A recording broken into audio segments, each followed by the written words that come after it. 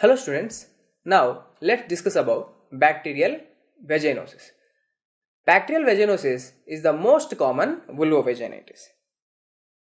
Bacterial vaginosis is the most common vulvovaginitis.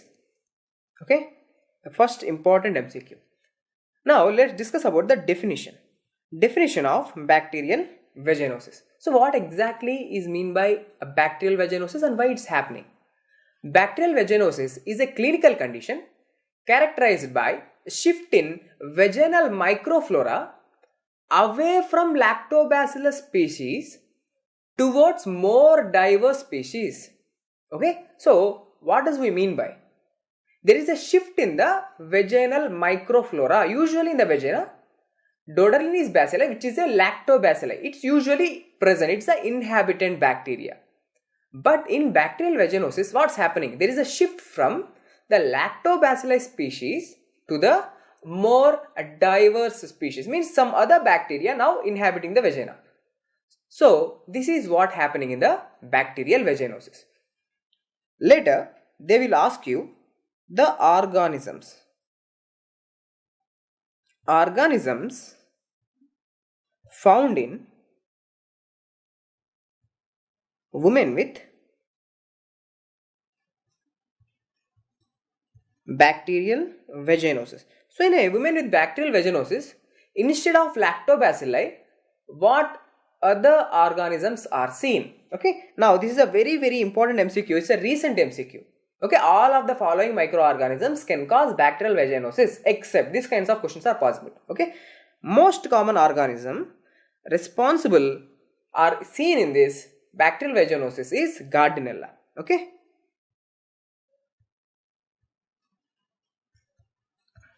Gardnerella vaginalis. So Gardnerella is the most common and most important. Okay, now what else will cause bacterial vaginosis? It's a bacterioid species.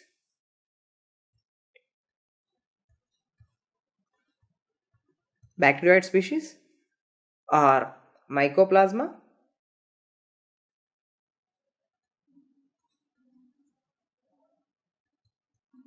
Mycoplasma hominis can cause, or Porphyromonas. Okay, Porphyromonas species. Next, Clostridium species.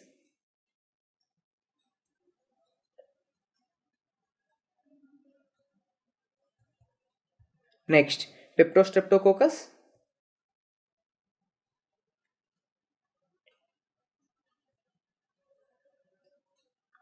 Prevotella species.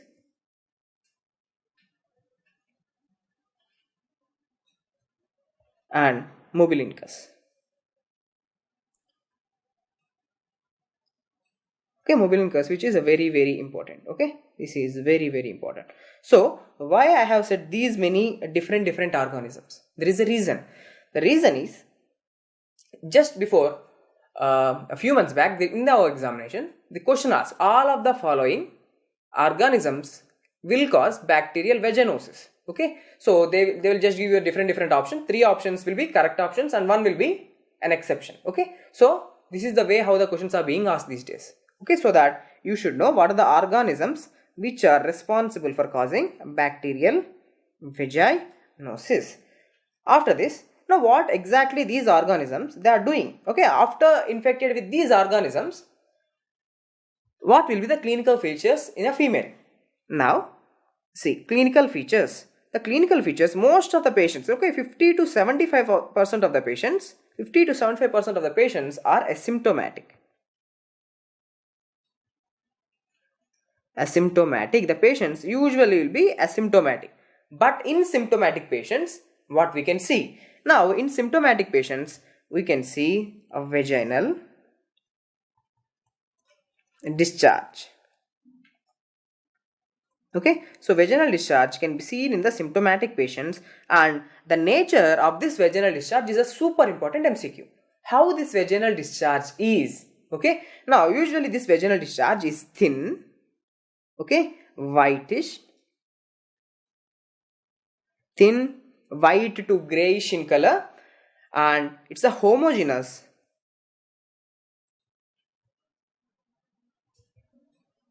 foul smelling discharge.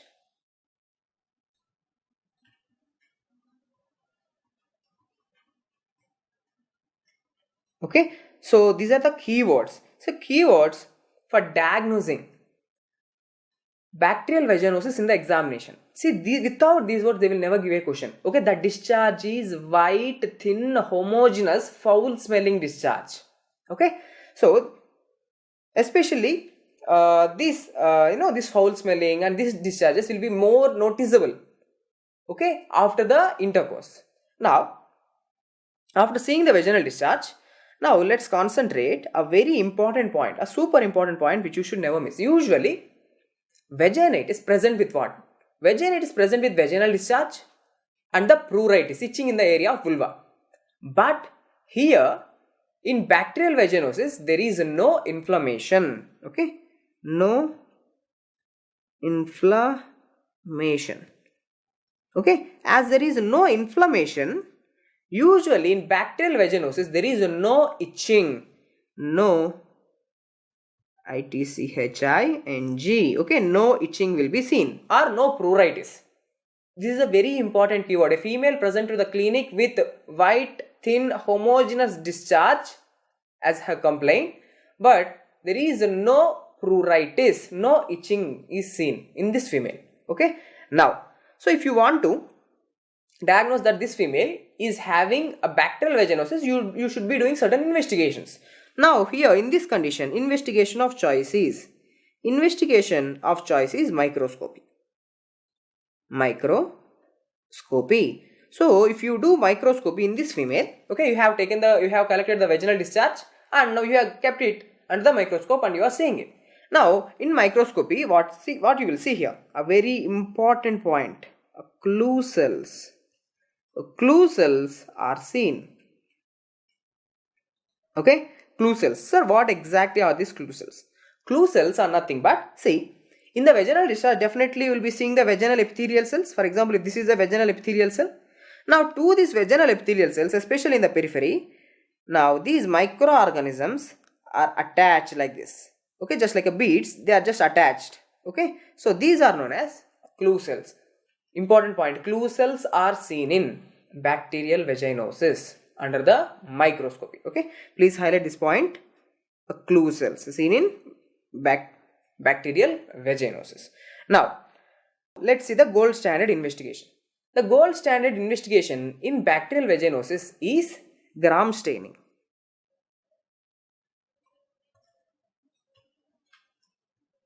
Okay, so we'll be doing the gram staining of these microorganisms.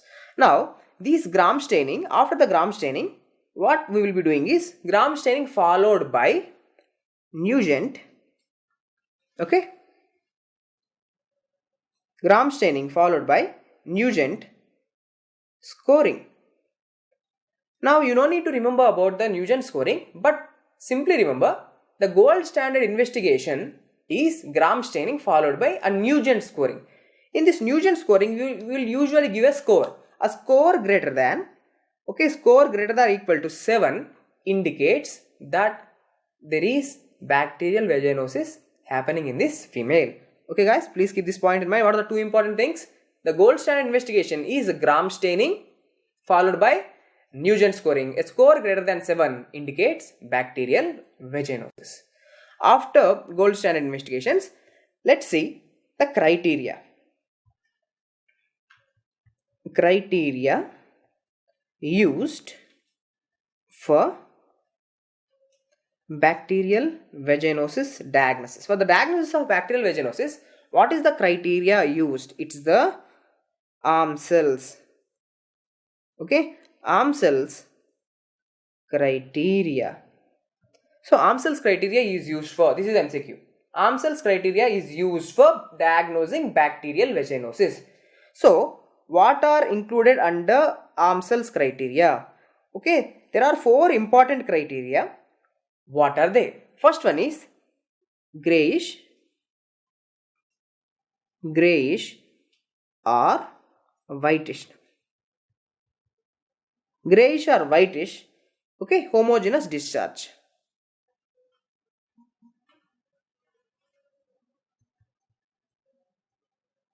So this is the criteria number 1. We know that a female with bacterial vaginosis is going to present with a vaginal discharge which is a thin, whitish, homogeneous discharge and foul smelling. Okay. Now this is the criteria number 1. What is the second criteria? The criteria number 2 is vaginal pH greater than 4.5. Okay. The vaginal pH is becoming more alkaline. Okay. It's moving towards the alkaline side. Okay, still it's in the acidic pH, but we are saying that it's moving towards the alkaline side. Okay, becoming the pH is increasing. Now, what's the third criteria? The third criteria is positive whiff test. So what exactly is mean by positive whiff test, guys? Positive whiff test is adding 10% potassium hydroxide to vaginal discharge. Okay, see, if you add the 10% potassium hydroxide to vaginal discharge, what happens? There is intense fishy odor. Okay, so intense fishy odor will come. Okay, foul smelling, this fishy odor will come. So this is known as positive whiff test. So positive whiff test is done in bacterial vaginosis under Amsel's criteria. Okay. Now last criteria is clue cells. Okay. Clue cells. Presence of clue cells, we know what clue cells are. So clue cells are the bacteria which are attached to the vaginal epithelial cells. Okay. So these are the Amsel's criteria, which is a very, very important topic for exams. Now, guys, remember, after seeing the Amsel's criteria, we have to know Amsel's criteria is a diagnostic criteria for the bacterial vaginosis. Out of these 4 criteria, at least the female should have a 3 out of 4. If a female is having any 3 out of the total 4, then you can diagnose, then you can put the diagnosis of bacterial vaginosis. Okay, this is what Amsel's criteria is about. Now, let's see the treatment. Now, how you are going to treat this female? The treatment is done with metronidazole.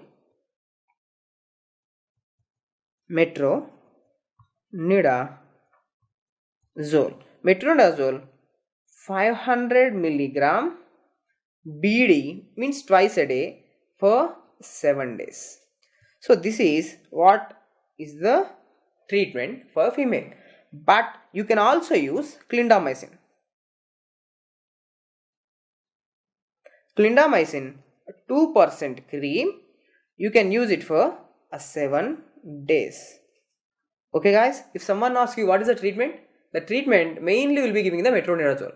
And some clinicians believe that okay, metronidazole should not be given in the first trimester of the pregnancy, but you know, some studies show that there is no relationship between the metronidazole and the teratogenetic effects in the first trimester.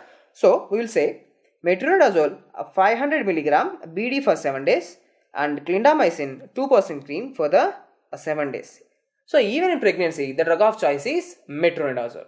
Okay guys, so drug of choice even in pregnancy is metronidazole. So now we have completed bacterial vaginosis. Now in the next video, we will continue with the candidiasis. Okay, thank you.